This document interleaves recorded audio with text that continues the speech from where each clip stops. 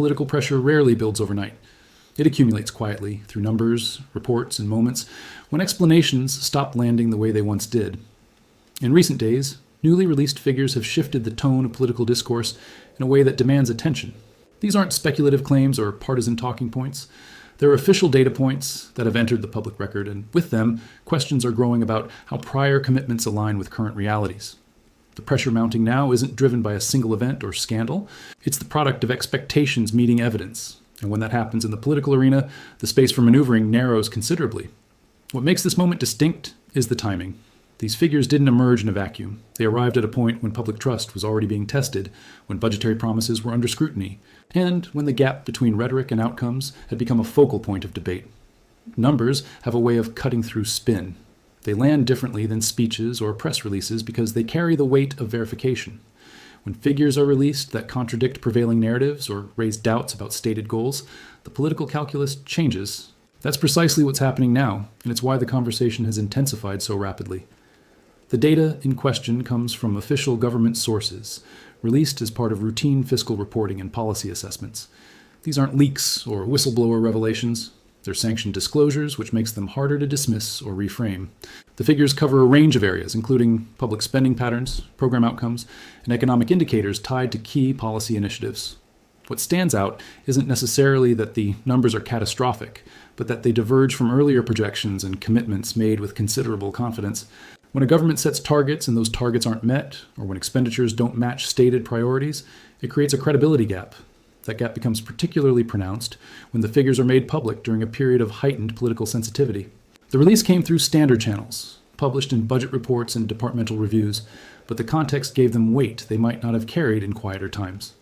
Opposition parties and independent analysts were quick to seize on discrepancies, framing them not just as policy failures, but as evidence of deeper issues with transparency and accountability.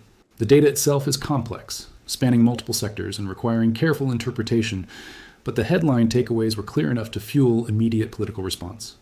Why do these numbers matter now, beyond their technical content? Because timing in politics is everything. Had these figures emerged during a period of political calm or strong public approval, they might have been absorbed with minimal disruption. But they didn't. They landed when trust was fragile, when the government's handling of prior challenges was already under review, and when expectations for clear, consistent communication were at a peak. The public and political classes had been primed to scrutinize new information closely, and these figures arrived at precisely that moment of maximum sensitivity. Additionally, the data relates directly to commitments that were made with high visibility. These weren't minor administrative matters buried in technical reports. They concerned programs and promises that had been central to the government's messaging, areas where success had been claimed and progress had been highlighted in speeches and announcements. When the numbers tell a different story, it's not just a matter of statistical variance. It becomes a question of whether the narrative presented to the public was accurate, premature, or overly optimistic. That's what elevates these figures from routine reporting to political flashpoint. The stakes are reputational as much as substantive, and in politics, reputation is currency. The government's response has been measured, but notably cautious. Official statements acknowledge the data and frame it within a broader context of ongoing challenges and inherited difficulties. Spokespersons have emphasized that policy outcomes are complex, that progress isn't always linear, and that some of the shortfalls reflect external factors beyond direct control. There's an effort to contextualize the numbers rather than deny them, which suggests an awareness that outright dismissal would be counterproductive. At the same time, the tone has been defensive in ways that reveal discomfort. When pressed on specific discrepancies, responses have tended toward generalities about the complexity of governance and the need for patience in assessing long-term initiatives. That approach may be strategically sound, but it doesn't fully answer the immediate questions being raised. What remains in tension is the gap between what was promised and what has been delivered.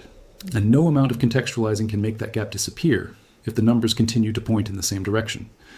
The government has also indicated that further reviews are underway, that adjustments may be forthcoming, and that transparency will be maintained as more information becomes available. These are the kinds of statements designed to buy time and signal responsiveness without committing to specific corrective actions. Whether that approach satisfies critics or simply prolongs the uncertainty is still unfolding. The political response has been swift and multifaceted. Opposition parties have naturally seized on the figures as validation of their long-standing criticisms. They're framing the data as proof that the government's approach has been fundamentally flawed, that promises were made recklessly, and that accountability has been insufficient. This isn't unexpected. Opposition politics thrives on moments when governing parties appear vulnerable.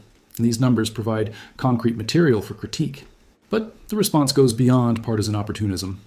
Parliamentary committees have signaled intent to conduct deeper inquiries, and questions are being raised in forums where partisanship is less overt. Technical experts, independent economists, and policy analysts have weighed in with assessments that don't align neatly with party lines, but do identify genuine concerns about the trajectory suggested by the data. This broader institutional reaction is significant because it elevates the issue beyond the usual back and forth of political theater. When scrutiny comes from multiple directions, including nonpartisan or semi-independent bodies, it's harder to dismiss as noise or spin. The pressure becomes institutional, not just political, and that kind of pressure tends to have more enduring consequences.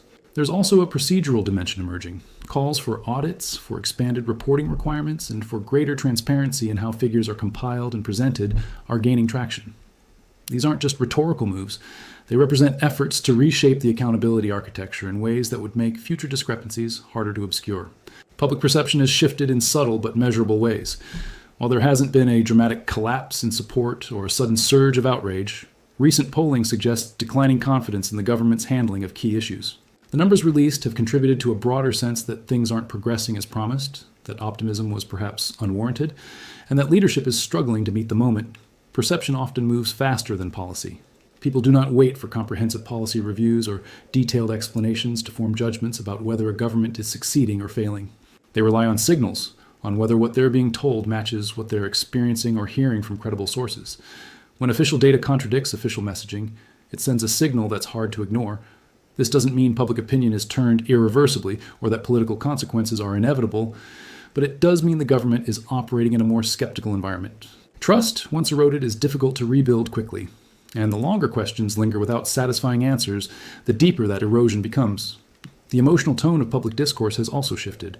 Where there was once cautious optimism, or at least willingness to give policies time to work, there's now a palpable sense of uncertainty and frustration.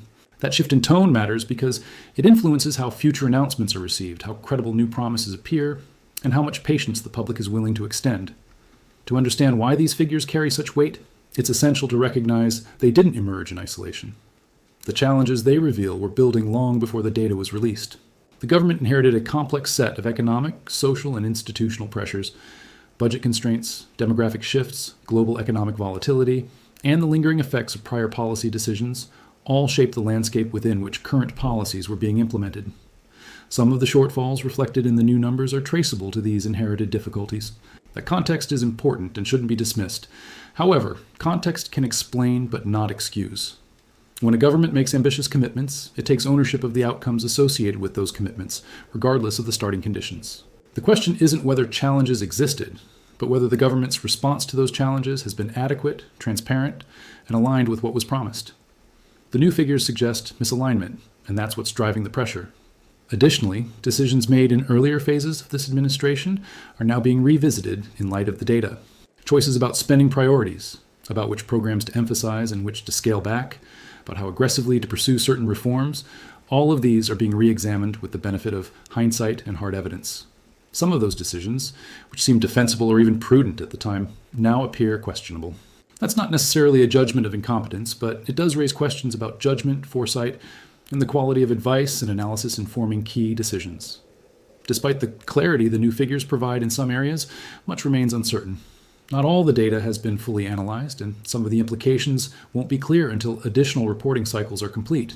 There are questions about methodology, about how certain indicators were measured and whether adjustments need to be made to ensure accuracy. There are also questions about what comes next. Will the government revise its targets? Will it double down on current strategies or shift course? How will it address the credibility gap that's opened up? These aren't questions with easy answers, and they won't be resolved quickly. The uncertainty itself is part of the political challenge. When people don't know what to expect, when the path forward is unclear, confidence wavers. Markets don't like uncertainty. Voters don't like uncertainty. Institutions don't like uncertainty. The government's task now is to reduce that uncertainty by providing clearer explanations, more transparent processes, and, if necessary, course corrections that demonstrate responsiveness and adaptability. Whether it can do that effectively will depend on its willingness to acknowledge shortcomings, its capacity to communicate more openly, and its ability to rebuild trust through action rather than rhetoric. Looking ahead, several scenarios are possible, though none are guaranteed. The government could take the opportunity to recalibrate its messaging, to set more realistic expectations, and to explain more candidly the constraints it's operating under. That would require a degree of humility and transparency that's often difficult for political leaders to embrace, but it could pay dividends in terms of credibility. Alternatively, the government could maintain its current course, arguing that the data reflects temporary setbacks or that adjustments are already underway behind the scenes. That approach carries risk, because if subsequent data continues to show underperformance, the credibility gap will widen further. There's also the possibility of more significant policy shifts, of reassessing priorities and reallocating resources in response to what the numbers reveal. Such shifts would signal responsiveness, but could also invite criticism for inconsistency or for abandoning earlier commitments. The political consequences are harder to predict. Much will depend on how effectively the opposition capitalizes on this moment, on whether the government can stabilize the narrative, and on external factors that could shift public attention. What's certain is that the pressure isn't going away quickly, and that the government's handling of this moment will shape its political trajectory in ways that extend well beyond the immediate news cycle. When new figures emerge, they don't just inform policy, they test credibility, expectations, and leadership under pressure. Numbers carry a kind of authority that speeches and promises can't match because they represent measurable reality.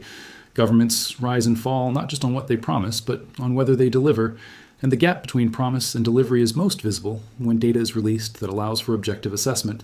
This moment is one of those tests. It's not the end of the story, but it's a chapter that will be remembered, analyzed, and referenced in future debates about this government's record. How leaders respond when confronted with inconvenient truths says as much about their capacity to govern as their responses to crises or triumphs. Political pressure, when rooted in evidence rather than speculation, serves a democratic function.